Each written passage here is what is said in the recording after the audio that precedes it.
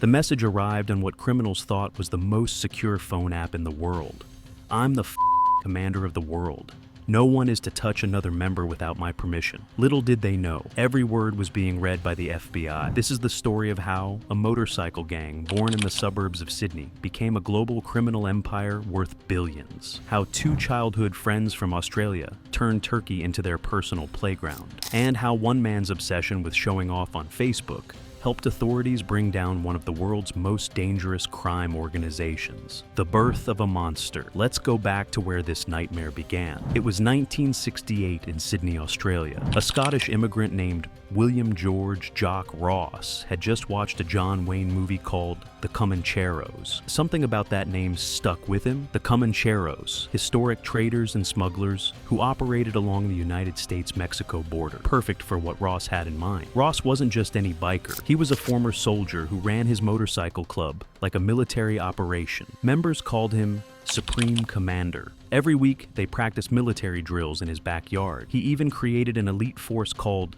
the Strike Force, the toughest fighters in the gang. But Ross had a vision that went far beyond weekend rides. Under his motto of respect, brotherhood, loyalty, the Comancheros quickly became known as the most violent outlaw motorcycle club in Australia. They weren't just riding motorcycles. They were building a criminal empire. The turning point came on Father's Day, September 2nd, 1984. Ross led his men to the Viking Tavern in Milpera, a suburb of Sydney. What happened next would be burned into Australian history forever. A gun battle erupted between the Comancheros and their rivals, the Bandidos. When the smoke cleared, 7 people lay dead. 4 Comancheros, 2 Bandidos, and tragically, a 14-year-old girl named Leanne Walters, who was just in the wrong place at the wrong time. Ross was sentenced to life in prison, though he served only 5 years. But his creation had taken on a life of its own. Comancheros had tasted blood, and they wanted more.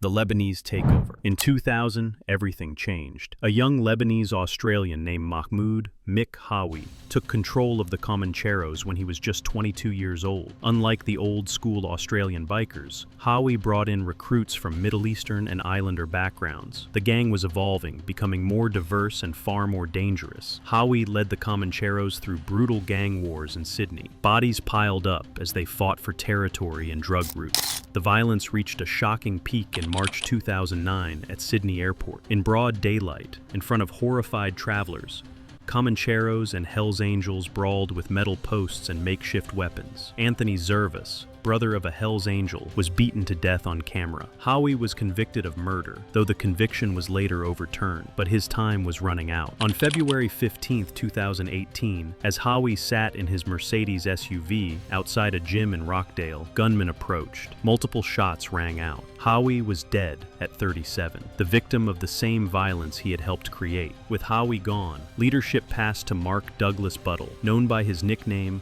Gadar. Buttle was different from his predecessors. He was tech-savvy, globally minded, and absolutely ruthless. Under his leadership, the Comancheros would transform from a local gang into an international crime syndicate. But Buttle had a problem. Australian police were closing in. In 2016, as investigators connected him to the murder of security guard Gary Alabin, Buttle made a decision that would change everything. He fled Australia, heading first to Dubai, then to the Turkish Republic of Northern Cyprus. What he didn't know was that his departure would set in motion events that would eventually bring down the entire organization. The Facebook Gangster. While Mark Buttle was running from Australian police, another figure was about to take center stage in this criminal drama. His name was Hakan Ayik, and his story reads like something out of a crime thriller. Born to Turkish parents in Sydney, Ayik grew up in the same streets as future Comanchero boss Duax Ngakuru. They were high school classmates who would eventually control a drug empire worth billions. But in the early 2000s, Ayik was just another ambitious criminal, running karaoke bars and brothels in Sydney and Canberra. What made Ayik different was his appetite for the spotlight. While most criminals try to stay hidden, Ayik flaunted his wealth on Facebook. Luxury cars, expensive watches, exotic vacations. He posted it all for the world to see. The Australian media dubbed him the Facebook Gangster, and the nickname stuck. By 2010, Ayik was reportedly importing hundreds of millions of dollars worth of drugs into Australia. He traveled in luxury to Dubai, India, and Hong Kong, living like a king while building his criminal network. But success made him careless. When Australian police arrested his associates in a drug shipment, Ayik was on a trip to Hong Kong. He never came back. Interpol issued an international warrant for his arrest. Ayik was now a fugitive, but he wasn't done building his empire. He headed to Turkey, where he would find refuge and continue his operations from the shadows. In Istanbul's upscale Levant district, Ayik purchased the King's Cross Hotel, a 13-room luxury establishment with a spa and Japanese restaurant. The business cards carried a chilling slogan, "Sleep your way to the top." From this base, Ayik continued to coordinate massive drug shipments while living openly under his alias, Hakan Reis. What Ayik didn't know was that his love of technology and his trusted position in the criminal world would make him the perfect target for law enforcement's most ambitious sting operation ever, the Trojan Horse. In 2018, the FBI had a brilliant but risky idea. They would create their own encrypted messaging app and trick criminals into using it. The app was called Anom, and it looked exactly like the secure communication tools that drug traffickers relied on. There was just one problem. How do you get hardened criminals to trust a new app? The answer was Hakan Ayik. Undercover FBI agents approached Ayik with a special phone containing the Anom app. To Ayik, this looked like exactly the kind of secure communication tool his criminal network needed. The agents told him it was the most secure messaging system ever created, completely impenetrable to law enforcement. Ayik took the bait. More than that, he became Anom's biggest promoter. Because of his reputation as the encryption king, someone who understood technology and had successfully evaded capture for years, other criminals trusted his recommendation. When Hakan Ayik said a communication tool was safe, people listened. Within months, Anom was spreading like wildfire through the criminal underworld. Drug cartels in South America, mafia families in Europe, and motorcycle gangs in Australia all started using the app. By 2021, there were 12,000 Anom devices in use by 300 criminal organizations across more than 100 countries. What these criminals didn't know was that every single message they sent was being read in real time by the FBI and Australian Federal Police. For 3 years, law enforcement had a window into the criminal world like never before. They watched as drugs were smuggled, murders were planned, and money was laundered on a massive scale. Hakan Ayik, the man who thought he was helping criminals stay one step ahead of the law, had actually handed law enforcement the keys to the entire criminal kingdom.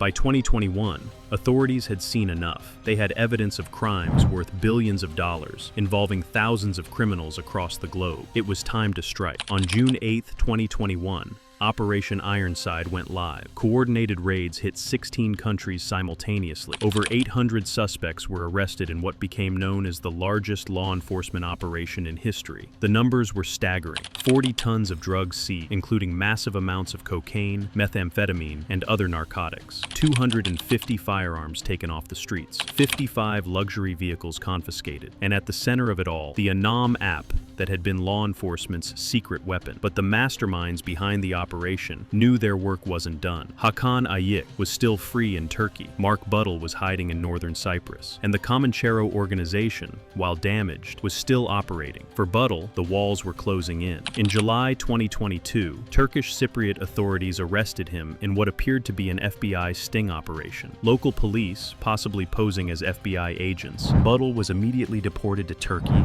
then extradited to Australia. He faced charges of importing over 160 kilograms of cocaine worth 40 million Australian dollars. After 6 years on the run, the former Supreme Commander of the world was back in an Australian jail cell. But Hakan Ayik remained free, and Turkish authorities knew he was the key to dismantling the entire network. Chapter 6. The Istanbul Raids. November 1st, 2023. Dawn was breaking over Istanbul when heavily armed Turkish special forces surrounded multiple locations across the city. The largest operation against the Comanchero organization was about to begin. Interior Minister Ali Yerlikaya had been planning this operation for months. Intelligence suggested that Hakan Ayik and dozens of other Comanchero members were using Turkey as their base of operations, laundering hundreds of millions of dollars through Turkish businesses. The raids were swift and brutal. Tactical officers in brown and gray camouflage smashed down doors, using riot shields as they moved through luxury apartments and business offices. At one location, they found their primary target. Hakan Ayik, the Facebook gangster who had evaded capture for over a decade,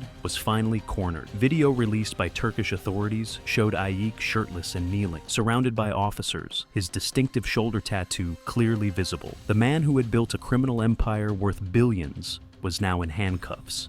But Ayik wasn't alone. In total, 37 Comanchero members were arrested in the operation.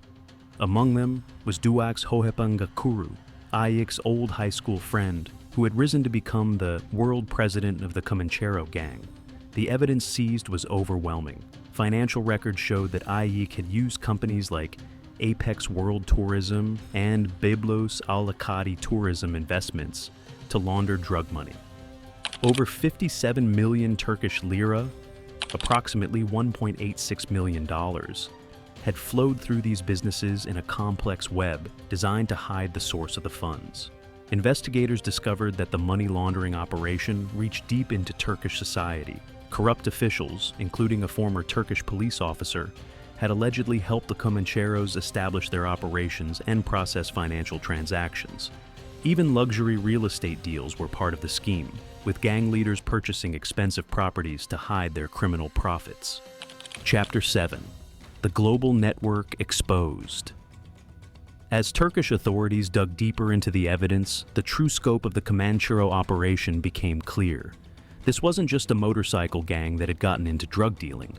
This was a sophisticated international criminal organization with connections spanning the globe. The drug routes they controlled were staggering. Cocaine flowed from South America, Colombia, Peru, Ecuador, and Brazil, through Turkey to markets in Australia, Europe, and beyond. The numbers tell the story. In 2017, authorities seized 3,800 kilograms of cocaine destined for Turkey. By 2023, a single year saw seizures totaling over 8,000 kilograms. The cocaine wasn't the only product moving through these networks. Methamphetamine, MDMA, and other synthetic drugs were also part of the operation.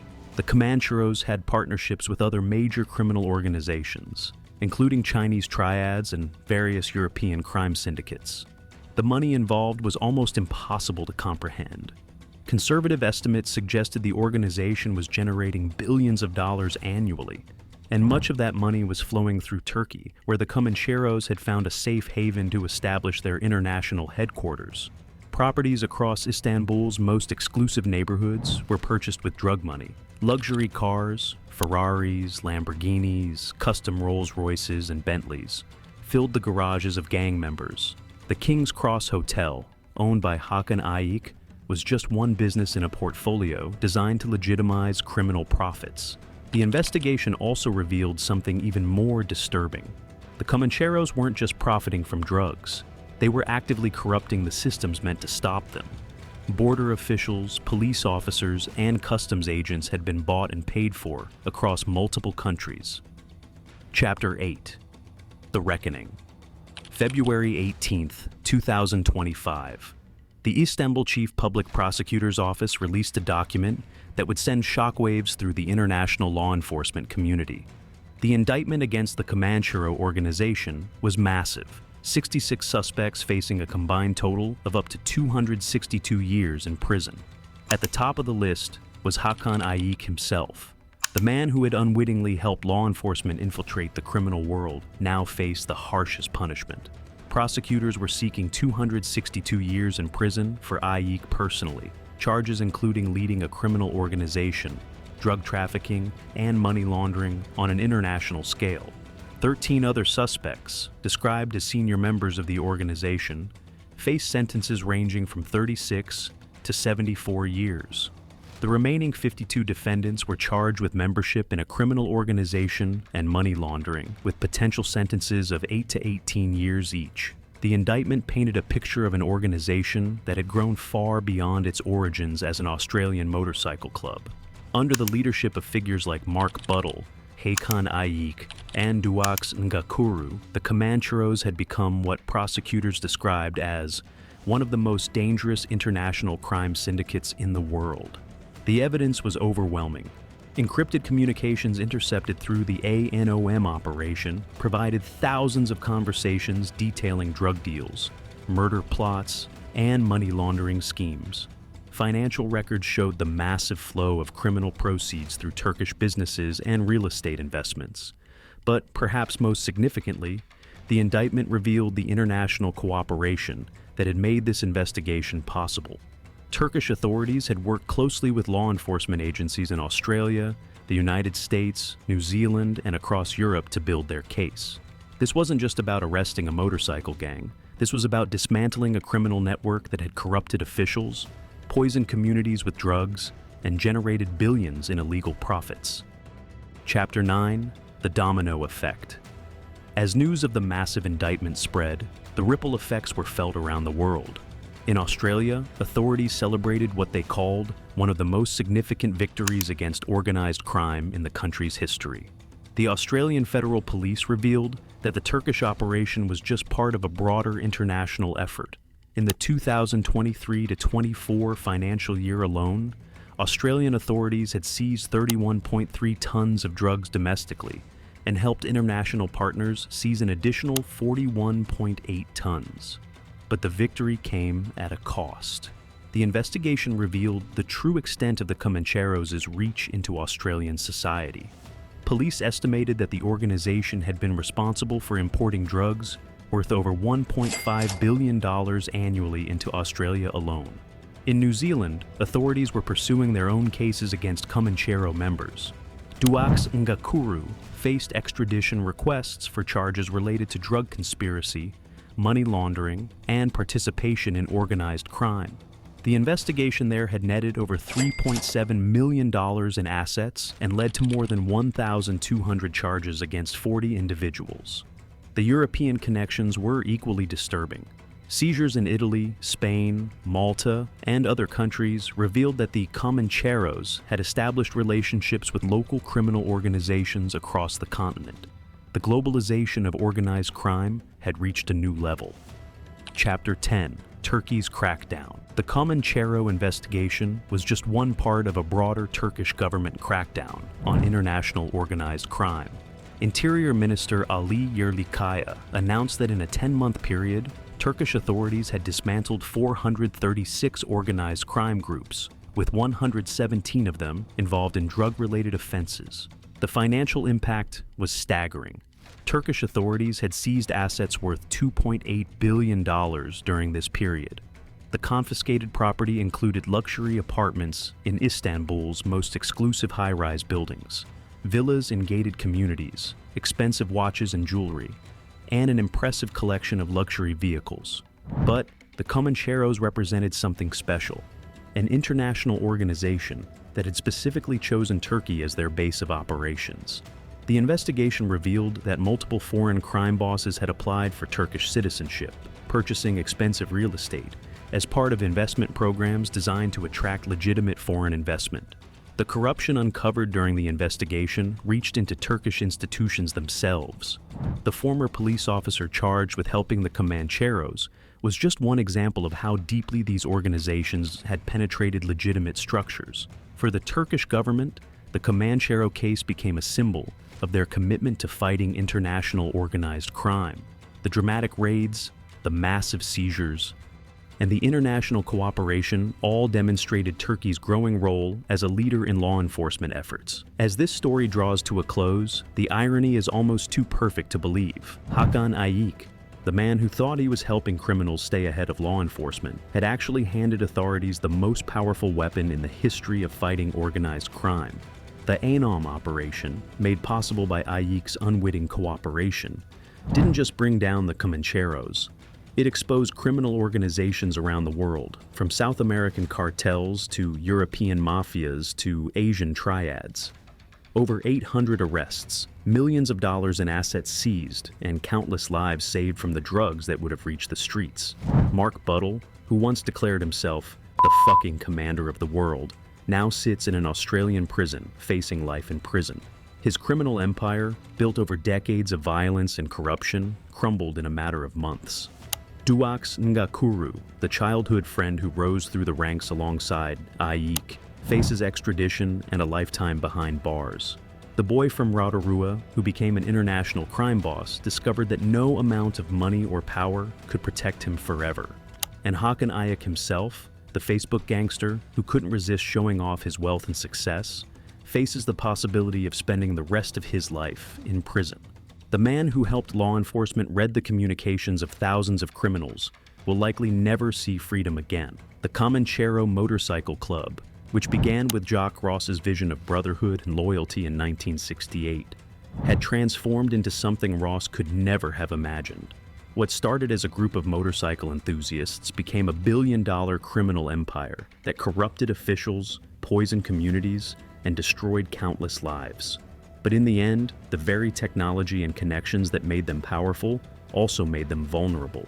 In their pursuit of global dominance, they forgot the most basic rule of criminal survival: trust no one. The investigation that brought down 66 Comanchero members in Turkey represents more than just a law enforcement victory.